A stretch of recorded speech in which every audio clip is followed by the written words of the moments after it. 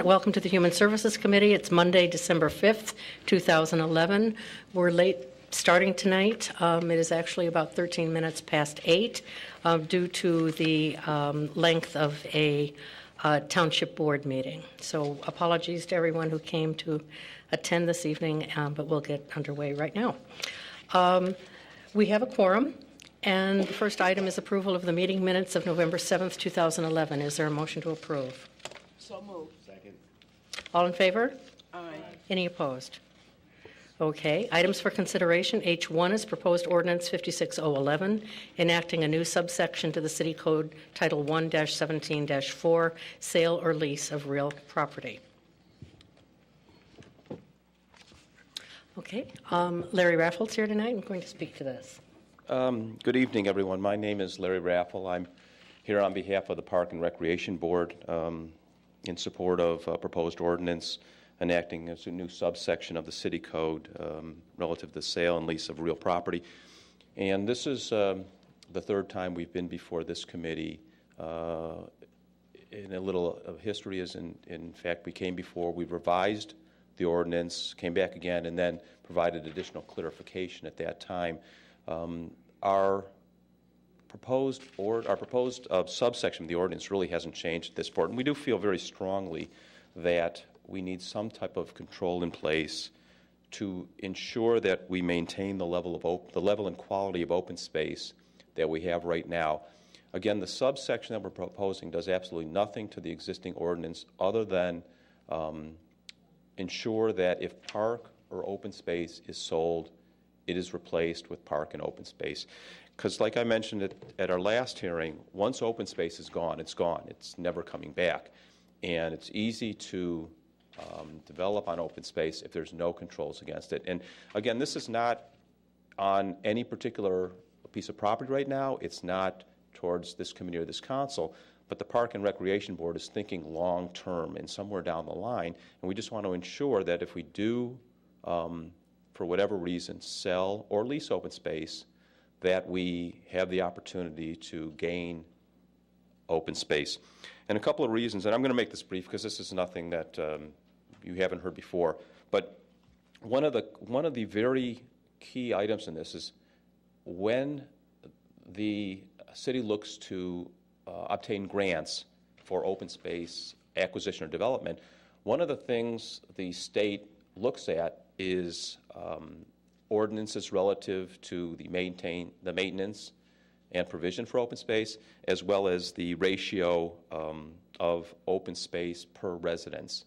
And if we fall below national standards, it becomes much more difficult to get grant money. So we want to make sure that, going forward, we don't go below our current standards for open space.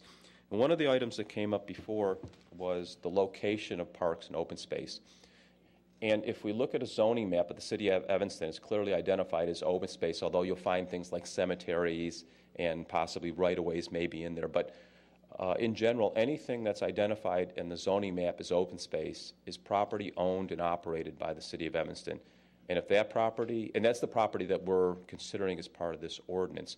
So again, what we'd like to do tonight is really kind of move forward on this and ask for a vote in favor of this subsection to the ordinance, showing this committee's commitment to preserving open space and parks. And I'd be happy to answer any questions that the committee may have at this time, but we'd really like to move forward on this particular proposed ordinance. Okay, thank you. Alderman Grover. Thank you, Madam Chair. Could you discuss the genesis in the new proposed subsection of the part that provides that any net profits from a sale of city property would be deposited into specifically a Parks and Recreation Fund? What's the genesis of that part of it, and is that part critical from the Recreation Board's perspective, critical to this amendment? No, I really don't think it. I don't think it is, and I think that was only to say that if there's money in the transaction, if there is a net profit to the city, place that money in a park and in a fund for park and recreation. But that was only kind of under the consideration that there may be money left over. I don't think that is critical to this particular ordinance, to be honest with you. And if I may again, the cover memorandum refers to this proposed amendment as adding guidelines for a city council to consider when considering the sale of city-owned real property or facilities. And would it be critical for these provisions to be an actual ordinance, or would it serve the purpose of being a guideline if the ordinance, if this language were instead a council resolution? Well, That is, it becomes more resolution and guideline than actual city law and ordinance. well, as an ordinance, it actually has some teeth to it. As a resolution, it's basically an opinion of this committee, and if it moves on to the city council, of the city council. Obviously, I would say something is better than nothing. And if this committee determined that the only way to move forward on this is as a resolution, then we would have to go back as a board and present that to the Park and Recreation Board and determine if that's something that they wanted to bring back to the committee.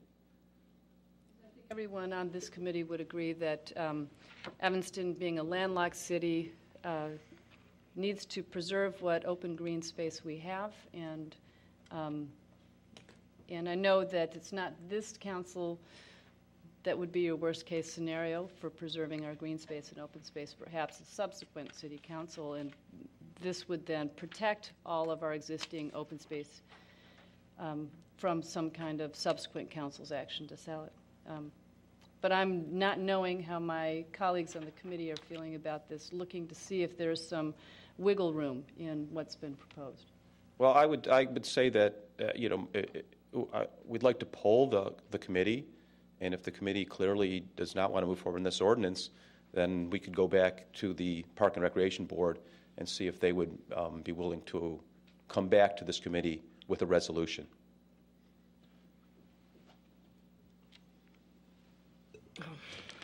Alderman Tandem. Thank you. In looking at the Section A, I guess I'm not understanding exactly how we're really dealing with the issue of quality versus area or quantity. It seems to me this language, taking the language substantially similar or similar out of the text, really makes it more about size than anything else, and really doesn't address the issue of quality or potential quality of land that might be acquired or used as park and replacement. So are you suggesting to put the language of similar back into the ordinance or the subsection? That's, yeah, from a layperson's point of view, it just seems to me that similar means of equal value in terms of, usefulness or location, attractiveness, whereas, or the potential for those things, whereas just, taking that out, using equal or greater in area, that to me is kind of, could be anything. I mean, we're talking square footage, right? Well, We are in that particular part of the sentence, but then when you move forward and says that the city council determines is suitable for park purposes, that's the part where we're actually getting, is this a piece of land that is serves the city? It doesn't necessarily have to be the same size, but it has to serve the purposes of being a park in, say, the right location or the right piece of land. Is it out of the floodplain? Is it flat? Is it the type of piece of property where we can put a playground? So I think we've addressed that in the kind of the last couple of words of that sentence.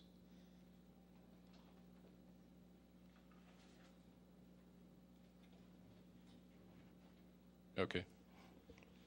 Alderman Holmes? If you want to poll, then I'm certainly not in support of the ordinance, but I would be willing to listen to it, possibly as a resolution. I guess I will speak. I would love to add more parkland. I think that's important to the city of Evanston. I have a particular parcel that my neighbors are getting very used to being a park, and if no one shows up to build houses on it. However, I am concerned about an ordinance tying the hands of council, and I'm concerned about how we make a subjective decision about the value of one parcel over another parcel, and I'm concerned about that. I think, as Alderman Grover said, I'm not concerned about what this council would do, because I can't imagine in a million years this council would ever sell or give away a piece of parkland. I think that would be political suicide to do that. And all of us are very, very sensitive to the value that the citizens of Evanston place on open space. But I am concerned about tying the hands of future councils, and I think that puts me in the same position that Alderman Holmes is, that I would certainly consider the wording of a resolution, but I'm not ready to support an ordinance right now. Is there anyone else who's wishing to speak? So what would you like from us? Well, I think what I'd like to, hear clearly how each person on this committee feels about this particular ordinance, yes or no.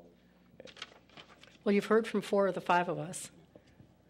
Well, I've only actually heard from, I think Alderman Tendem didn't, Mark me down for resolution. okay. I can elaborate in saying that I guess I don't understand all the language, and to me it is more suitable at this point as a resolution than it is an ordinance. I agree with Alderman Fisk and Alderman Grover that it does seems to me to be tying the hands of future councils, which we can't presume would be a good or bad idea. Okay, I think I have heard that that this committee is more that this committee would support a resolution, and Well, we didn't say that. or would be willing to would consider a certainly resolution, Resolution. but would not consider an ordinance or a subsection to the ordinance.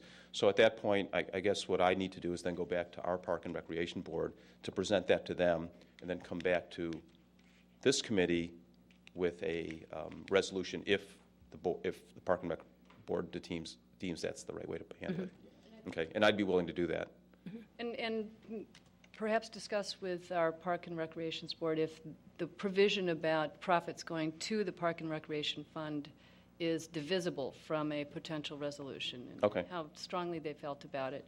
And then perhaps it could go to council as a resolution from this committee, and it might be more robustly received. Okay, I think as a resolution, it will take a little bit different language than as it would as an ordinance, and so we would literally come back to you with a rewritten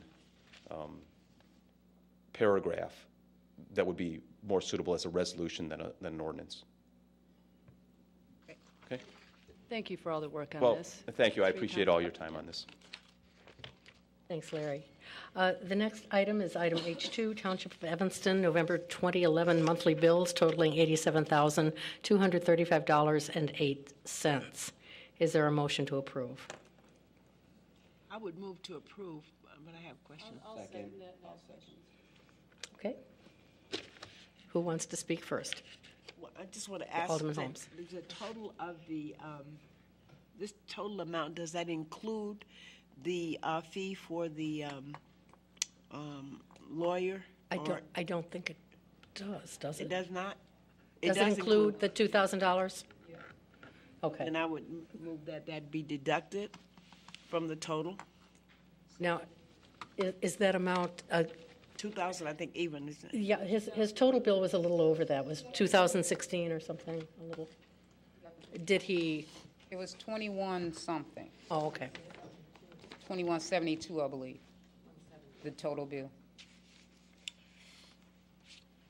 Okay, could somebody give me a total then of what the township, well, we should specifically say that it's the township monthly bills Minus, yeah. excluding that particular bill. Absolutely, No, not just the amount, but excluding that particular bill. yes. For 21, does anyone have that number right in front of them? I'm sorry, I was trying to find it. Yeah, I don't have it.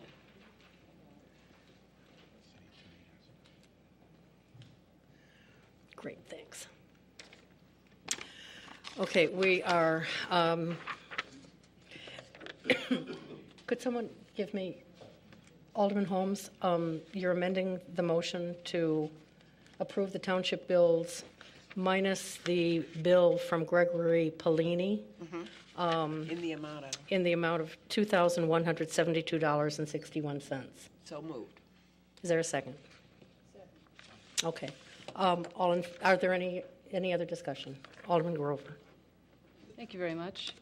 The last time we met, I think, at the Human Services Committee, we asked some questions about whether the township had a formal policy about the accumulation of funds, that is the fund balance, and I wondered if the township had worked up a formal policy for what its plans were for the fund balance, and what the projected balance would be for 2011, 2012.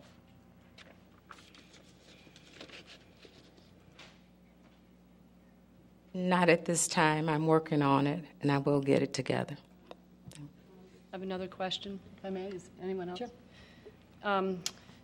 Thank you, Supervisor Vance. Can you also fill us in on the status of discussions with the City of Evanston about contracting or folding in payroll services and some IT work and some of the accounting services for the next Well, we've budget year? had some initial discussions. In fact, it was the week before I went away in terms of the IT, and they're supposed to be making another trip over to see. So we are looking at that, and in the process of when contracts are ending, folding it over into most cost-effective or looking at ways of sharing. And We are, in fact, a staff person has been assigned to work with me from the city. a city staff person? Matt. And for the payroll services? That will be next. What he's actually doing is he's setting up appointments with each one of the department heads for each function so that we can talk. Oh, that's Mr. Swinkowski, who's kind of quarterbacking, shall we say? Yes. Right. So then, at our January meeting, you'll have more information perhaps on Yes, should have more Um, information, yes. finding these efficiencies by using the city's administrative functions? Well, we're looking into if there are efficiencies, and if so, what they are. All right. Well, Right. And about the relocation of the Civic Center? Was there That has not been talked about. In fact, the city manager, when it was brought up, indicated that until the council had decided what they wanted to do with the township, that it may be a moot point. Have you engaged in any discussion with the current landlord about the extension of the lease for the space at Dodge and Main? It No. expires in 2013, I No, I haven't. think. Okay. No.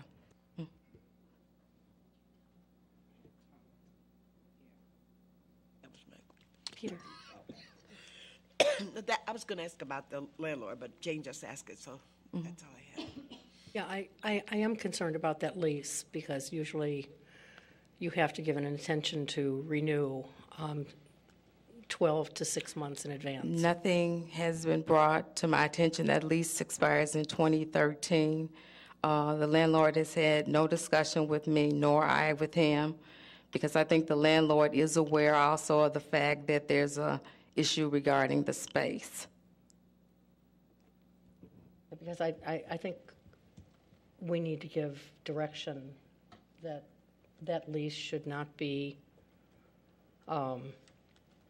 discussions about renewal of that lease should not be undertaken without coming to this committee first. I will repeat, there's been no discussion on that lease at all. Right, but I'm asking the committee to give that direction. So it's clear that we do not want you engaging in negotiations or discussions to renew the lease without direction from this committee. It's been very clear. Thank you. Yes, Alderman Braithwaite. It was just a quick question for Supervisor Vance, and I'm sure it's a much longer, detailed answer than we have time for this evening, but do you know why the township moved out of the city? I'm sure my executive director does, but I think I have a little bit of history because I was not the supervisor at the time that they moved, so I am going to allow her to address that issue because I think it was one in terms of a space issue.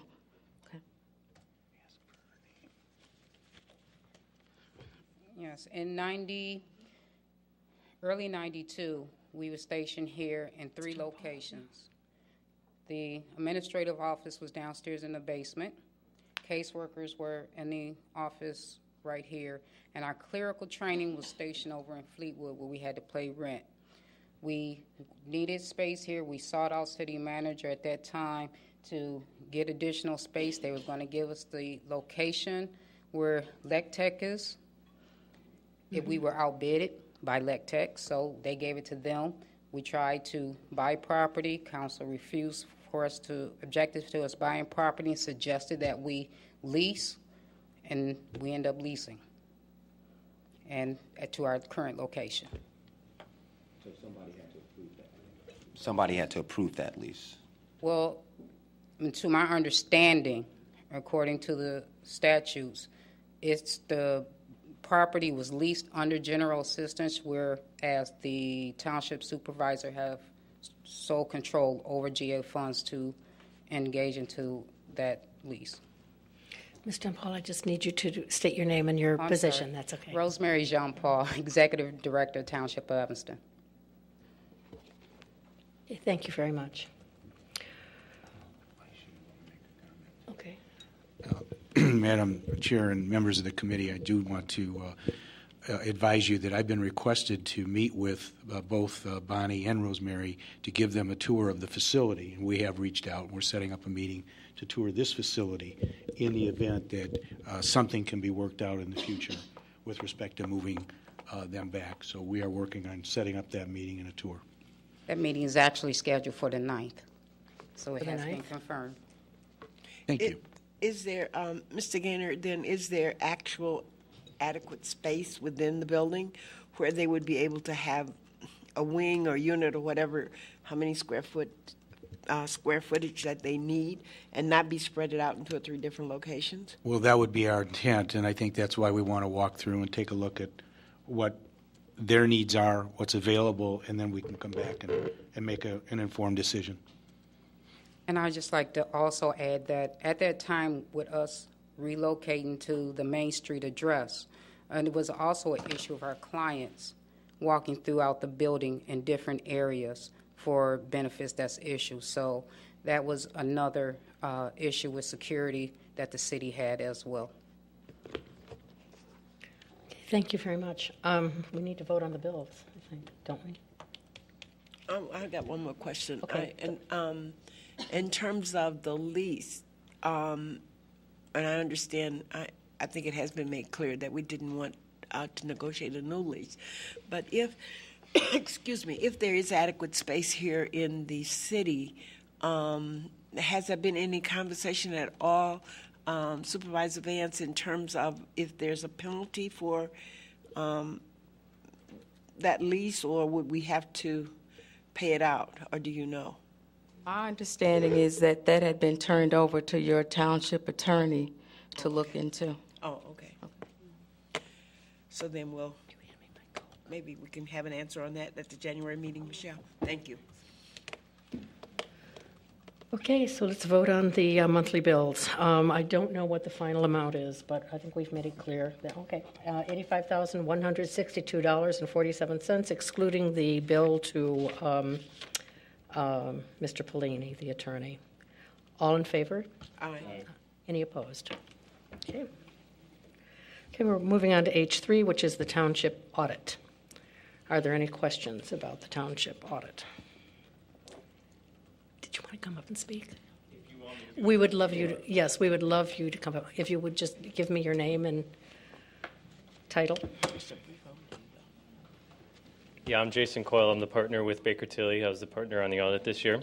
I'd be happy to say a few words about the audit and then about the management letter if you like. It'll be brief. The opinion on the audit was an unqualified opinion, which is the same level of assurance we've always given in the past, so nothing's changed there. I'll point out just a couple things. I don't know if you have the audit in front of you or not. I'll point out a couple things to you, though, just briefly in the audit.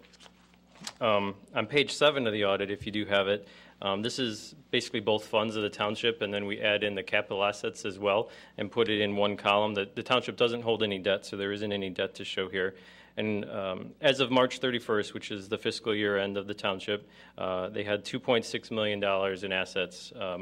About $1.5 million was cash investments, and then about $1 million was property taxes, which after we deduct some of the liabilities, left 1.8, almost 1.9 million in net assets.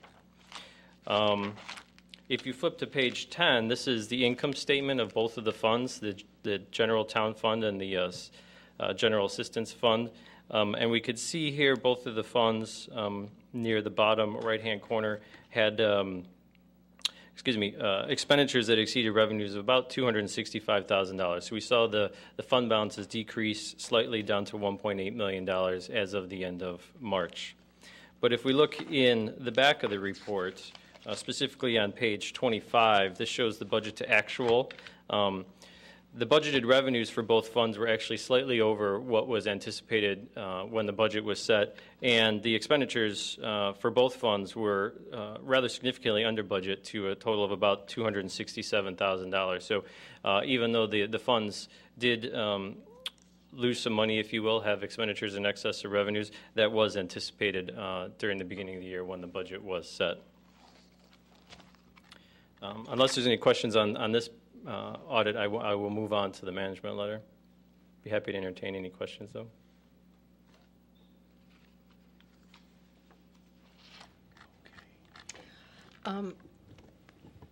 I had a question about deficiencies. The recommendations that we had, or deficiencies in fund balance? The significant deficiencies. Sure, I'll move on to that one next Okay, if you'd fine. like. Yeah.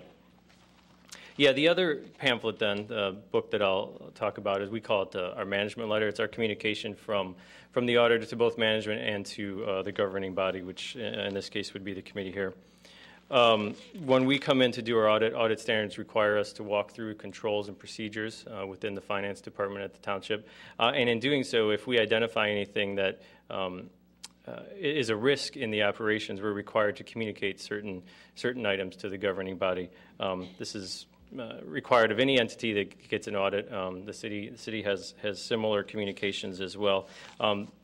When we do identify a risk, we categorize it into 3 different buckets, if you will, material weakness being the riskiest, significant deficiencies, and then simply control deficiencies. The township does not have any material weaknesses this year. Last year it actually had a material weakness in the sense that we found some material audit adjustments. We didn't find any of those this year, so we're happy to report that there was no material weakness.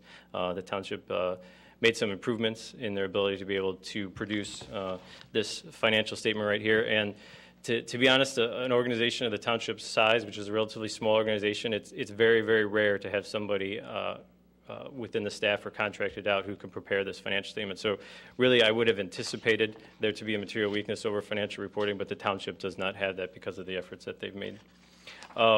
We did have 2 comments, though, one on segregation of duties and the other on information technology that were classified as significant deficiencies. Again, these are not as risky in the operations as the material weaknesses.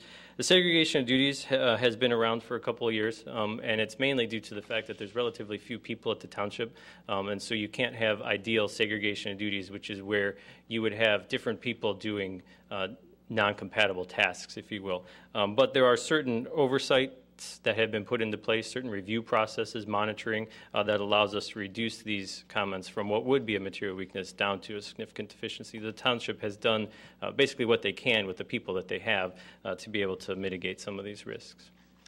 So the first one is on segregation of duties, and then the next one is on information technology and some improvements that we would like to see over the information technology.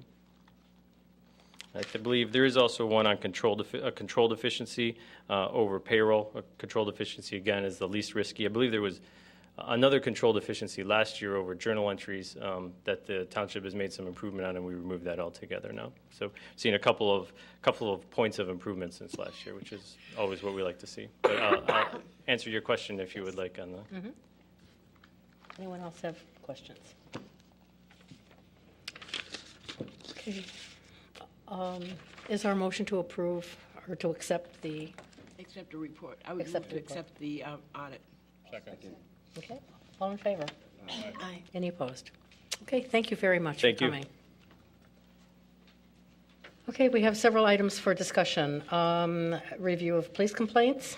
Does anyone have any questions for the chief? Good evening, Chief. Good evening. While we're waiting for questions, I'd like to introduce a key member of the Police Department command staff. Commander Aretha Hartley is with me this evening.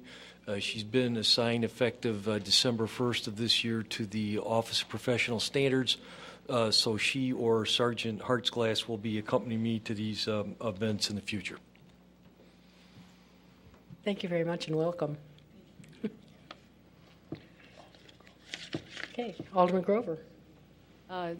Welcome, Commander Hartley. Chief Eddington, just one question. There was one complaint that was clear to me that the complainant needed assistance beyond what the police department could provide. And I wondered if when our officers encounter someone with such apparent need that they're able to make referrals for services or assistance. And it was the Which one you? drives. I'm looking for it. I'm sorry.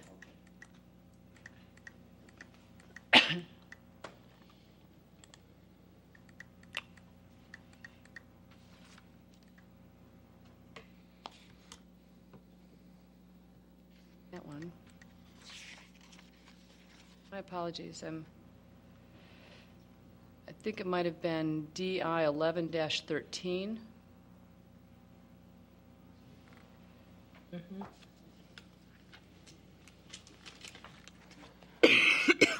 Involving multiple sworn complaints against multiple sworn personnel in a series of incidents and allegations of unprofessionalism.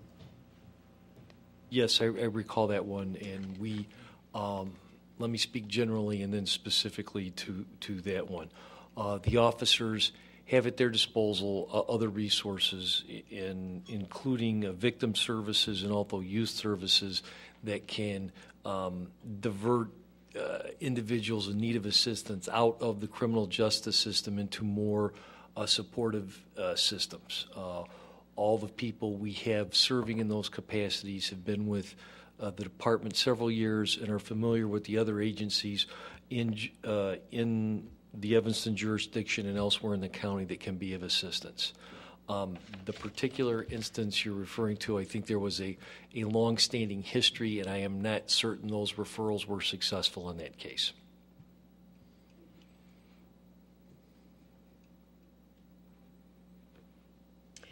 Any other questions for the chief?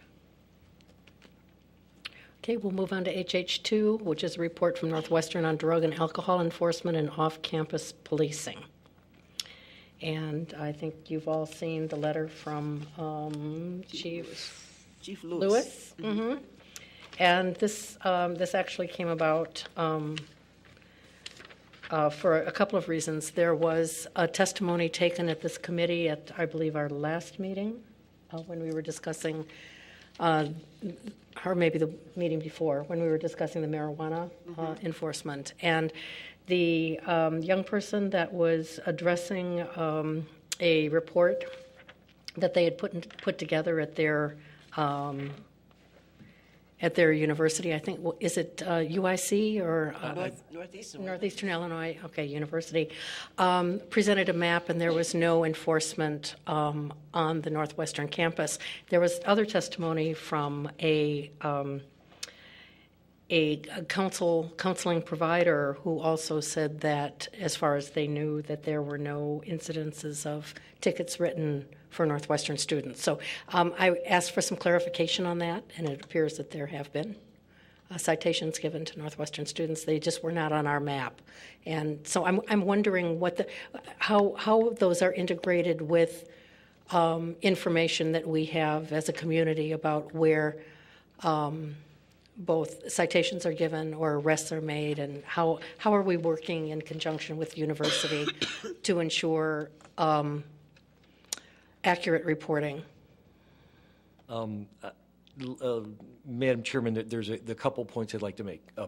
First of all, the research that was conducted by several entities that appeared at this podium over the last several meetings, whether they were City Council or Human Service Committee meetings, were purporting to be research that was conducted. And one of the issues is you have to delve into how they conducted research. Mm-hmm. Most of the research that they discussed was conducted by FOIA inquiries.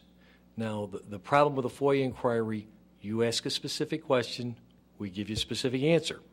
If you ask the wrong question, we don't know. We're answering whatever you asked us. Mm-hmm. And so the question that we fielded from the students at Northeastern is, give us the number of arrests made by the Evanston Police Department for possession of cannabis. Okay. Here you go.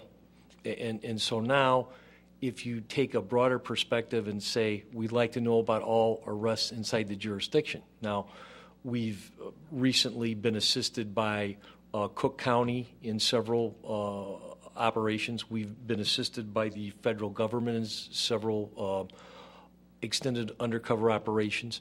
And those arrests may not show up on our Evanston police reports because county or the FBI was a charging agency. Mm-hmm. So if you take the time to do research, I think it is always critical to follow up with an interview of saying, is this the question I need to be asking? Mm-hmm. And so the reports are accurate. If you go right down the hall to Wendy McCorkle, Wendy McCambridge, and ask her, show me all the administrative adjudication tickets for cannabis, you will see all the numbers. Mm-hmm. And so we have the information. It is scrupulously collected by both police departments. The issue is, did you ask the right question? Mm-hmm. And once again, we're not trying to be cagey about this, but the rules for FOIAs are, you ask the question and we answer it. Mm-hmm. And so sometimes you need a little more conversation. And frankly, I did speak at length with Ms. Fonda on this topic and attempted to refine the questions that the students asked the first time. We just didn't get it quite as refined as it needed to be. Okay. Are there any other questions? I just want to make sure that the information that's being given out to the public is accurate, and that's when I give it out, it is. I'm sure. And the issue is that interpretation of our data is often difficult, and so once again, that's why both departments, both at Chief Lewis's shop and at EPD, we really review the numbers and have worked very hard with the press in putting out changes in the IUCR, federal changes to the number counting system, because this is, and I tease oftentimes when police departments talk about crimes, to a degree it's like students grading their own papers. And that's why I want this to be completely transparent, that anybody can come in and say, how did you get to this number? We're going to be able to show you.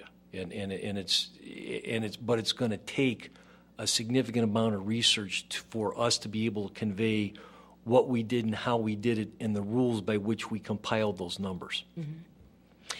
If a Northwestern student is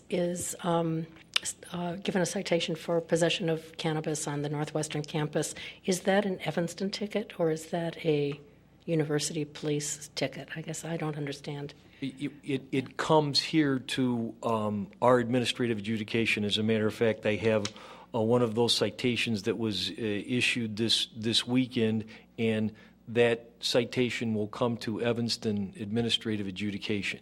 Mm-hmm. Now, one of the downsides for a Northwestern student, depending on the totality of facts and circumstances of the interaction, with their police department, they can also be referred to their dean of students for further follow-up actions, which is frankly sometimes much more attention getting to the students than the fines. And so if you're come into contact with the NU Police Department for a drug charge, it's not only whatever charging vehicle they choose, whether it's our administrative adjudication system or if it's a more serious amount, the criminal court system, there's also a follow-up intervention by the academic arm of the university. Is that true for enforcement of alcohol as well? I mean, It depends on the situation. Okay. I've had some complaints from Northwestern students that they would like to be able to drink on campus, and in weighing everything together, they've decided maybe that's not the best idea. Well, and once again, because when those instances get out, how can I say this? When certain events get out of hand at a university-sponsored event, for instance, a frat house or a sorority house, that's an automatic, it's my understanding it's an automatic referral to this academic review, which is significant sanction. So I could see there would be some reservation on their part of, I don't really need to get into trouble with two entities. I'll take my Evanston Police Department ticket and not get involved with the university. Okay. Any other comments on? Grover has a question. Yes, Alderman Grover. Looking at Chief Lewis's letter, it looks like he accommodated Alderman Fisk's concerns, too, about either patrols or parking near, I'm looking at paragraph 4. Right. And I've always found the NUPD to be very responsive and work with. Oh, yeah, and we have too. The concern that neighbors had about this particular instance was that there were SUVs with community service on the side that were parked with their headlights on and engines running at intersections, Colfax and Orrington, Noyes and Orrington, and areas that were not near Northwestern facilities. But they would stay there for an extended period of time, I mean, hour. And neighbors became concerned about that and asked, I actually asked one of the drivers who told me that that was a security person, but my question was, whether as security people, what authority they had off campus and whether they were armed, and because I had not seen them before, and the neighbors clearly had not seen them before either. And I think the Chief Lewis explained that, and over the past several days, we've seen more university police cars. So we see them, but they're not near the university. I mean, Chief Lewis's memo was saying near residence halls at Foster and Orrington. These are police cars up on Sherman by Colfax, where there is nothing, and along Orrington at the locations that I said before. No one minds additional, police in the neighborhood. It is with the lights on and engines running, I think, that gets the attention of neighbors, and they believe something is wrong, and they obviously want to know what's going on. So this is actually helpful. So thank you for that, and thank you for talking to Chief Lewis about that. I'll certainly convey the thanks to the committee to Chief Lewis when he's back in town. Yeah, thanks. Okay, if there's no other comments on that, we're going to HH3, which is special event permit policy as it relates to the number of special events that take place at the lakefront each year. And I'll turn this over to Doug Gaynor. Thank you, Madam Chair, members of the committee. Over the last several months, there have been discussions by the members of the City Council regarding lakefront events, the number of events, the type of events, more events, less events, and so on. Speaking with the city manager, we thought it would be prudent to bring this issue forward now, as we are just about ready to send out the new applications to those folks who have had special events in the past, as well as put this information out online for anyone that does want to conduct a special event in the city. And as you know, we have probably 60 or 70 events.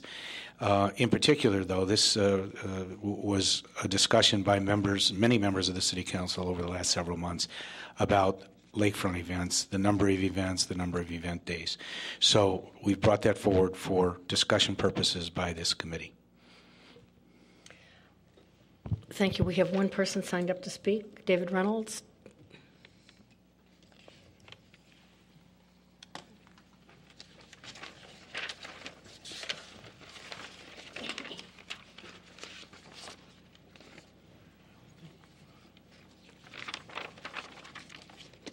Thank you very much. My name is David Reynolds. I live at 204 Davis, and full disclosure would mean that that's right across from Dawes Park.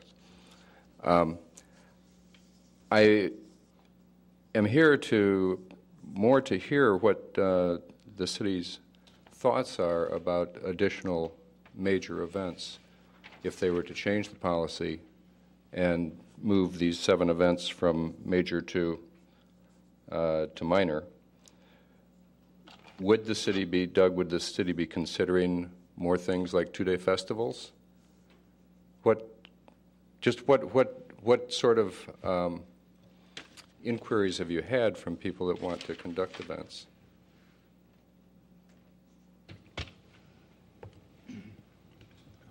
Members of the committee and Mr. Reynolds, as an example, some of them probably, and we've put this recommendation as major, minor, we're trying to categorize. And it was just really something for discussion purposes for the committee and whoever else was in attendance. As an example, of late we've probably had two or three inquiries for actual wedding ceremonies, but we're at our limit. And a wedding ceremony, in our opinion, on the beach would probably be pretty insignificant. 75, 100 people show up, they'd be there for an hour and leave. And it's not the party, that the wedding party or reception, thank you, but more just the actual ceremony. It's a beautiful setting, and we've had 2 or 3, but we're not able to do that because of the policy that's been in place for several years. That's an example. Some of the races that we have absolutely no idea what would occur as far as additional. It's not, we're not looking to add another festival. That's not the intent right now. The intent is that we continue to receive new requests, which we have to turn down, no matter what the size of the event. And B, we are limited, because of the policy, of adding any new folks, any new events. So if somebody were to come in and say they wanted to have a picnic like the Rotary staff picnic, we can't say yes because we're limited. But that seems to me that it's usually a picnic, it's usually around noon. We think it would have low impact on both resources and et cetera. So we would probably say yes, but because we're limited with our number at this point, we're not able to say yes. What is the definitional difference between low impact and high impact? Well, I think if you, and I did give you a copy of this report, I think we explain it there. Could you just answer that, though, for the... Well, we've said here, for instance, the Nichols School Annual Walk on the Lakefront Path. It's 500 participants, probably lasts maybe 2 hours.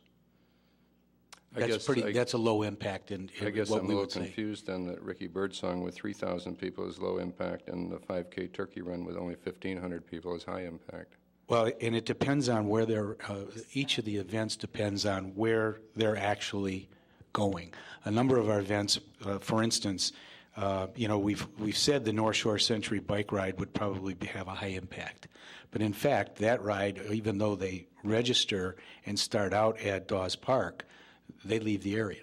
They're gone for most of the day. But we said, because they're coming back and it's an all-day event, so it sort of is one of these, it's hard to define in particular each of these events. But what we would want to do is look at anything that's of significant size that we feel that would have a major impact, length of time, number of individuals, that type of thing is what we would be looking at. Would you consider limiting the number of high-impact events and setting some criteria that defines what a high-impact event is?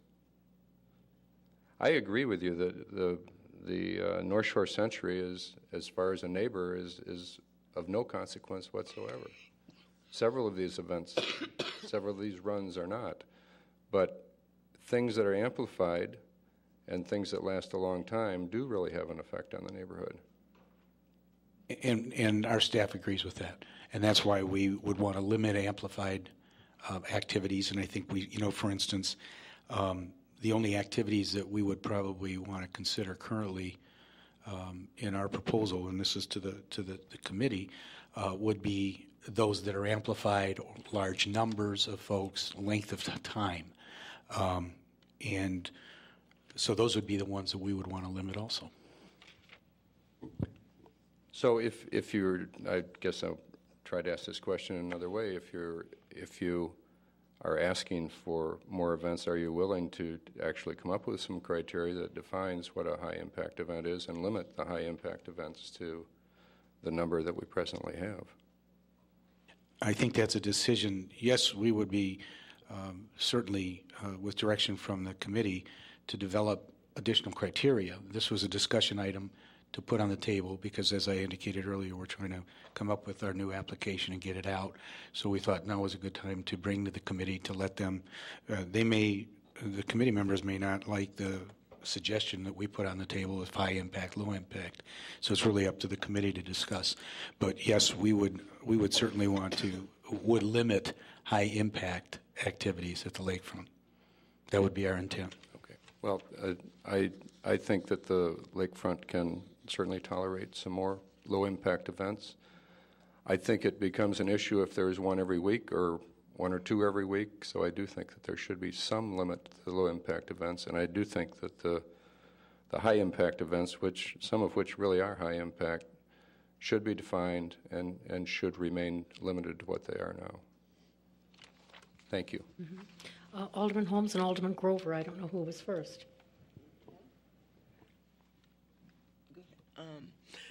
I was simply going to say to Mr. Gaynor that I really liked the way this was broken down. It made things so much clearer to me in terms of I never understood the limit. And when I looked at this, I thought, wow, this makes so much sense to look at it this way, because really the high impact, for me anyway, would be the Ethnic Art Fair and the Lakeshore.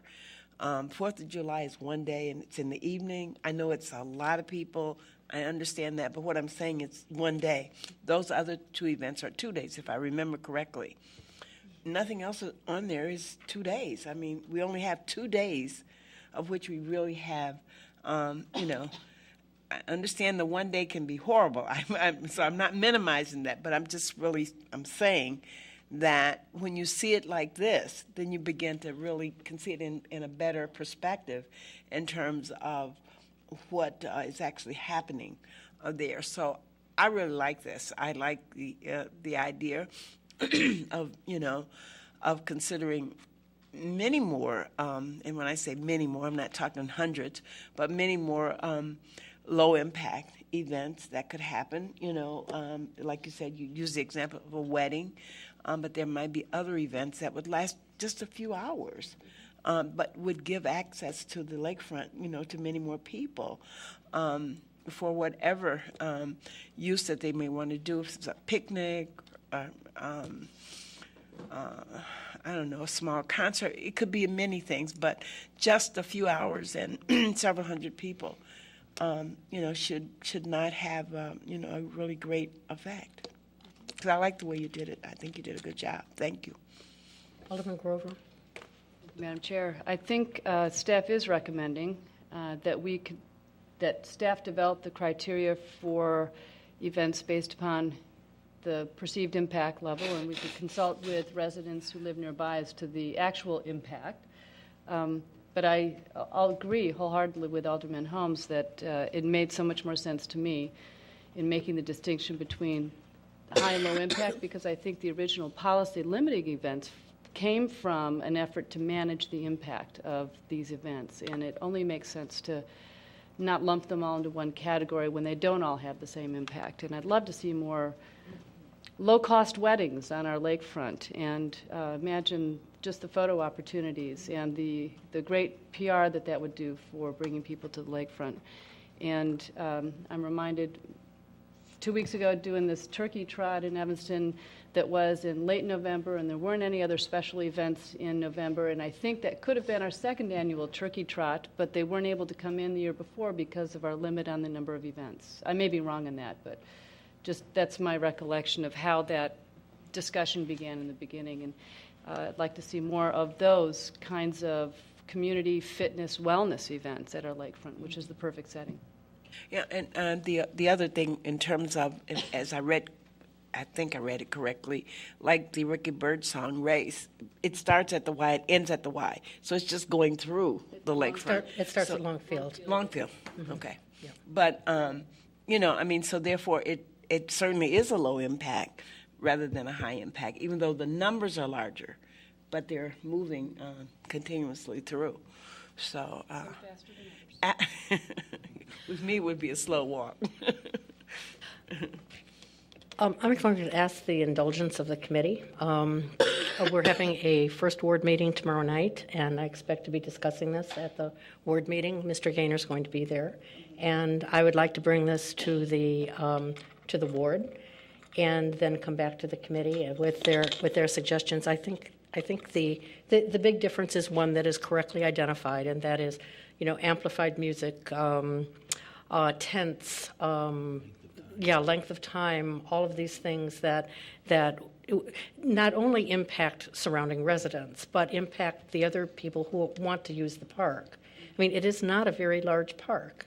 It's long, but it's very narrow, and we have a lot of people passing through it every day. So I would respectfully ask that you give me the opportunity to go to the ward meeting tomorrow, and that we bring this back to the committee at the next meeting with some suggestions. I'm guessing that we're going to be asking staff to come back with developed criteria anyway, and I'm hoping that your meeting tomorrow will give staff more input as to what those criteria could be.